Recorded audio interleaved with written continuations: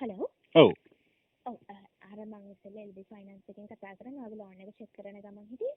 ඔව් මං අහන් හිටියේ මිස් වාගේ ස්ටෝරි එක A to Z ම. ඔව්. ඒ කියන්නේ ඒක අපේ ප්‍රොසීඩියර් එකක් සර්. එතකොට මේක දැන් ඔයාගේ හොඳටම ඇරියස් වෙලානේ සර් මේ ලෝන් එක රිජෙක්ට් වෙලා තියෙන්නේ. මොකේද ඇරියස් වෙලා තියෙන්නේ? ක්‍රෙඩිට් කාඩ් එකක් තිබිලා තියෙනවා. ක්‍රෙඩිට් කාඩ් එක ක්ලියර් කරලා නේද අවුරුදු දෙකක් විතර වෙනවනේ ක්ලියර් කරලා ඉවර කරලා. ඒක 1468ක ඇරියස් එකක් තිබිලා තමයි ඔයාගේ සෙටල් වෙලා තියෙන්නේ සර්. හරි. එතකොට එහෙම ඇරියස් වෙලා සෙටල් වෙලා තියෙනවා කියන්නේ අපිට කොහොමත් ලෝන් එක ප්‍රොසීඩ් කරන්න අමාරුයි සර්. හරි දැන් ඔක අවුරුදු දෙකක් විතරනේ මම පේමන්ට් එක කරලා ඉවරලත් අවුරුදු දෙකක් විතර වෙනවානේ. එතකොට ඇයි ඕගොල්ලෝ දැන් අවුරුදු දෙකකට වගේ ඉස්සෙල්ලා එකකුත් කන්සිඩර් කරන්නේ? දැන් අපිට ක්‍රිබ් එකේ පෙන්නනවා සර්. ක්‍රිබ් එකේ පෙන්නනකොට ඒ ක්‍රිබ් එකෙන් තමයි මේ ක්‍රිබ් එකට ඇලි වෙන අපේ සිස්ටම් එකට. එතන සිස්ටම් එකෙන් තමයි මේ ඔයාගේ සාමාන්‍යයෙන් පේමන්ට් එකක් කරලා මිනිස්සෙක් ඔයාගේ මෙයාක් කරපුවාම ක්‍රිබ් එකෙන් ඔක ඔටෝමැටිකලි ඩිලීට් ලා යනවානේ අවුරුද්දක් කියලා ඇතුළත. අයින් කරන්න එපා. ඔයාගේ ක්‍රිබ් එකේ පෙන්නනවා මේක.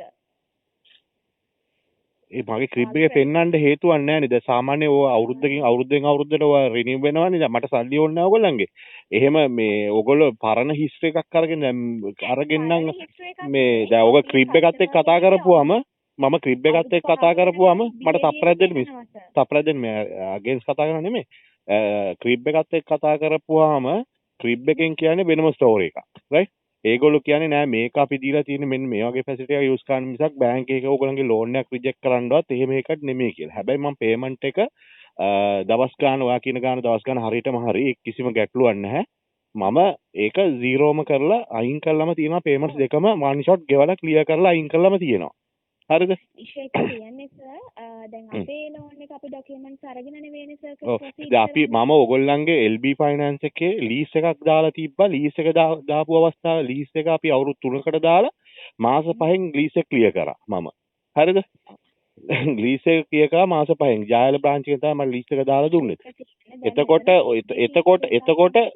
නෑ මම අහන්නේ එතකොට ඒක උනේ 2023 වගේ ඔය මම පේමන්ට් එක කළා මාස 2-3ක් ඇතුළත රයිට් එතකොටත් ඔය ප්‍රශ්නේ ආවේ නැහැ ලක්ෂ 3ක ලීස් එකක් දැම්මේ හරිද ඒක මම මාස 4න් ක්ලියර් කළා සම්පූර්ණයෙන්ම 0 කරලා දැම්මා හරිද එතකොට දැන් මම ඔයගොල්ලන්ගේ 75000 තමයි ඉල්ලලා තියෙන්නේ හරිද අපි පර්සනල් ලෝන් එක සර් ඇසෙට් එකක් තියාගෙන ප්‍රොසීඩ් කරන ලෝන් එකක් නෙවෙයි හරි එතකොට ලීස් එකට නම් ඇසෙට් එකක් තියෙනවනේ සර් හරි දැන් මෙතන මාරි ජොබ් එකක් තියෙනවා ඔයාලට මගේ සැලරි ස්ටේට්මන්ට්ස් ටික බලපුවම ඔයගොල්ලෝ සැලරිස් එනවා කියලා දන්නවා EPF ETF ටික ඔව් සැලරි එකේ ඉෂුව එකක් නැහැ මෙතන ක්‍රිබ් එකේ ඉෂුව එකක් තියෙන්නේ අපි සාමාන්‍යයෙන් අපේ මේ සිස්ටම් ලෝන් එකට සර් ක්‍රිබ් එක වැලිඩ් වෙනවා එතකොට කස්ටමර් කෙනෙක් විඩ්‍රෝවල් බිහේවියර් එක වැලිඩ් වෙනවා ඒ කස්ටමර්ගේ කම්පැනි එක වැලිඩ් වෙනවා ඒ කස්ටමර්ගේ පේ ෂීට් වැලිඩ් වෙනවා හරි ETF ඩිඩක්ෂන් එක වැලිඩ් වෙනවා ඒ ඔක්කොම අපි මේන්ලි බලනවා සර් එතකොට එක ඉෂුව එකක් තියෙනවා කියන්නේ එතකොට ඒ ලෝන් එක අපිට කොහොමද ප්‍රොසීඩ් කරන්න බෑ සර්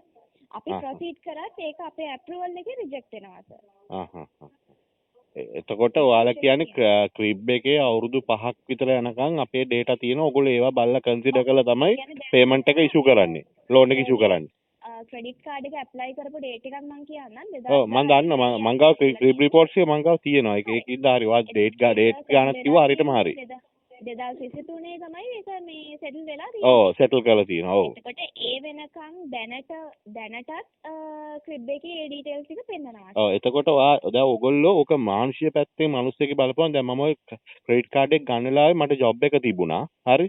එතකොට ඊට පස්සේ මට අපි එයාපෝට් එකේ වැඩ කරන මිනිස්සු මම එයාපෝට් එක්සිකියුටිව් කෙනෙක්. ඔයාට උතන මගේ බලපුවම බලන්න පුළුවන්. මම ඔය ඉතිසලා හච් එකේ වැඩ කරේ 12 අවුරුදු 12ක්.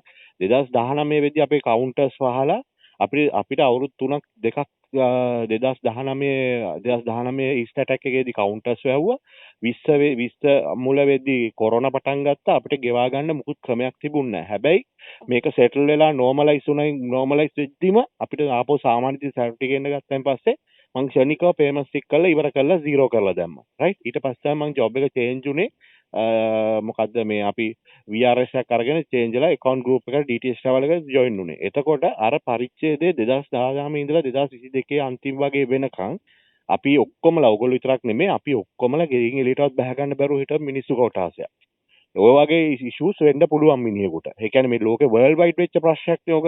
එතකොට ඕගොල්ලෝ ප්‍රැක්ටිකලි මානුෂීය විදිහට හිතන්න මේ මනුස්සයාගේ ඇයි මේ මනුස්සයා මෙතනලා මෙතනට ගෙවලා නැති වෙන්න හේතුව සහ මේ මනුස්සයා සල්ලි ටික මේ මනුස්සයා එකපාර පේමන්ට්ස් දෙකම ක්ලියර් කරලා තියෙනවා. ඒ කියන්නේ මූ මොකක් හරි ප්‍රශ්නයකට මුහුණ දීලා ඉඳලා ඒක හින්දා ඊට පස්සේ ගෙවා ගන්න බැරිලා මේ මනුස්සයා පේමන්ට් එක සම්පූර්ණයෙන්ම ක්ලියර් කරලා තියෙනවා. කාටවත් පොළු තියලා අරියස් කරලත් නැහැ. මගේ ක්‍රිබ් එකේ වාර NDB මොකද පෙන්නනවා. ඒක නම් මං කිසිම සම්බන්ධයක් නැහැ. ඒක මං NDB එකත් එක්ක කතා කරනවා.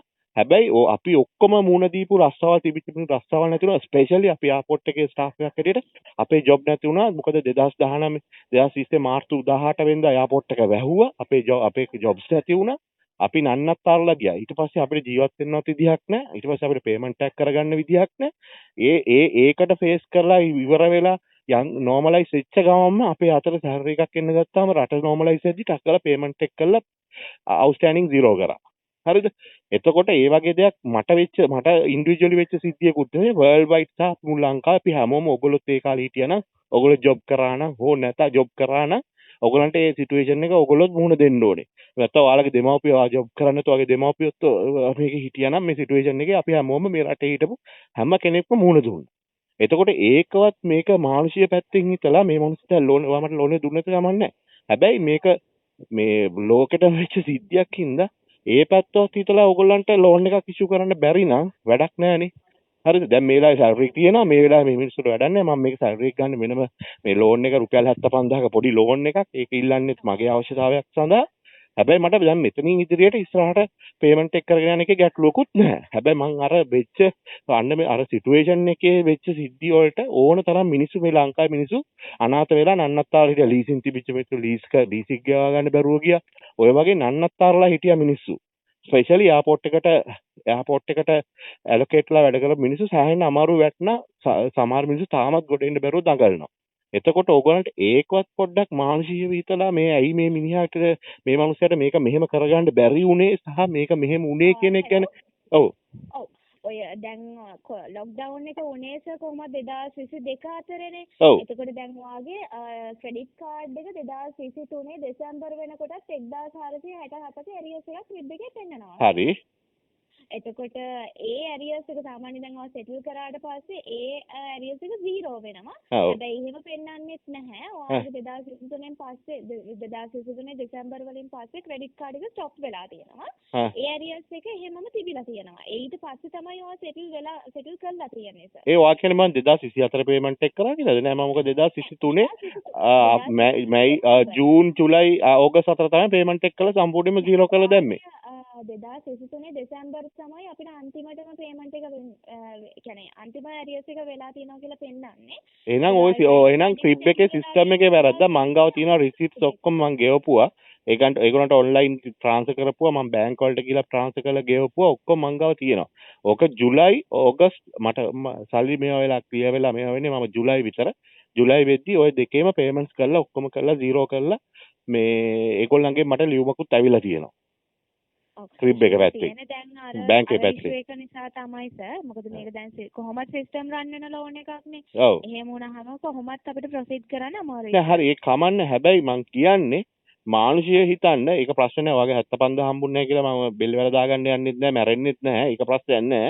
මං ඒක වෙන ක්‍රමයකට මොකක් හරි ක්‍රමයකට හදාගන්න. හැබැයි ඕගොල්ලෝ මීට වඩා අර ක්‍රිබ් එකේ රිපෝට් එකක් බලලා මිනිහෙක්ව තීරණය කරනවා නම් මේ මිනිස්සයා මේමයි හොරෙක් හරි නැත්නම් මූට අපි එහෙම කස්ටමර්ව එහෙම වැලිඩ් කරන්නේ නැහැ සර්. ඔයා කතා කරන් ඉන්න ඔයා කතා කර ඔබතුමිය මට පළවෙනි කෝල් එක අරගෙන කතා කරපු A to Z මං අහන් හිටියේ මේ කෝල් එකත් රෙකෝඩ් වුණා. ඔයා කෝල් එක ඔයා ඩිස්කනෙක්ට් කරන්න බැරුව ගියානේ. ඔයා කෝල් එක රිසීවර් එක පැත්තේ ඉඳලා කතා කරේ.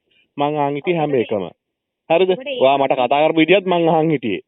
හරිද? ඔයා තව කාට හරි කෝල් එක අරගෙන මේක ඇඩ්වයිස් එකක් ගන්නවා. ඔයා තව කාට හරි කතා කරලා මං ඒකත් අහන් හිටියේ. ඒක ප්‍රශ්නයක් නෑ. හරි අපිත් ඒ කියන්නේ අපිට සර් අපේ මේ ලෝන් එකට ප්‍රොසීඩියර් එකක් තියෙනවා.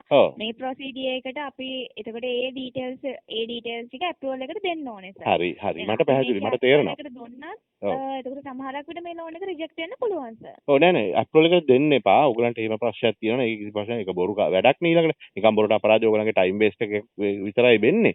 හැබැයි මම කියන්නේ ඔයගොල්ලෝ ෆයිනෑන්ෂල් කම්පැනියක් හැටියට තාමත් මිනිස්සු ගැන මානසික හිතන එක හදලා නැහැ. ඔයගොල්ලෝ ලීසින් කම්පැනි එකක් විදියටම තමයි මේවා වෙන්නේ. මොකද මිනිහෙක්ගේ ඔයාට මීට අවුරුදු 10කට ඉස්සෙල්ලා තිබ්බ ආර්ථික හයිය නෙමෙයි අද තියෙන්නේ. අද ඉඳලා තියෙන ආර්ථික හයිය නෙමෙයි තමයි අවුරුදු 10කට පස්සේ අද ඉඳලා තව ඉස්සරහට අවුරුදු 10කට පස්සේ තියෙන්නේ. ඔයගොල්ලෝ මිනිහෙක්ව තීරණය කරන්න ඕනේ මූ ලෝන් එකක් අරගෙන හෝ ක්‍රෙඩිට් කාඩ් එක මොකක් හරි ජීවිත කාලෙම ගෙවන්න නැතුව අතල්ලා දාපේක් නම් ඌව හොරෙක් ගන්නට දාන්න පුළුවන්. හරිද? හැබැයි අපි එහෙම නෙමෙයි. අපේ නැති වෙලාවේ ගෙවා ගන්න බැරි වුණා. ඒක හැමෝම දාන්න සිද්ධිය. පුළුවන් වෙලාවෙ ගෙවලා ඉවර කරායින් පස්සේ ඔයගොල්ලෝ ඒක කන්සිඩර් කරනවා නම් ඔයගොල්ලෝ කම්පැනි එකෙන් ඔයාලට ජොබ් එක විදියට දීලා තියෙන්නේ ඒක කරන්න නම් හැබැයි මේ කම්පැනි මිනිස්සුත් දැනගන්න ඕනේ මොකද්ද මේ අපේ මිනිස්සුන්ට කොහොමද අර ප්‍රභාකරන් කිව්වා වගේ සතියයිනේ හැමදේම මතක.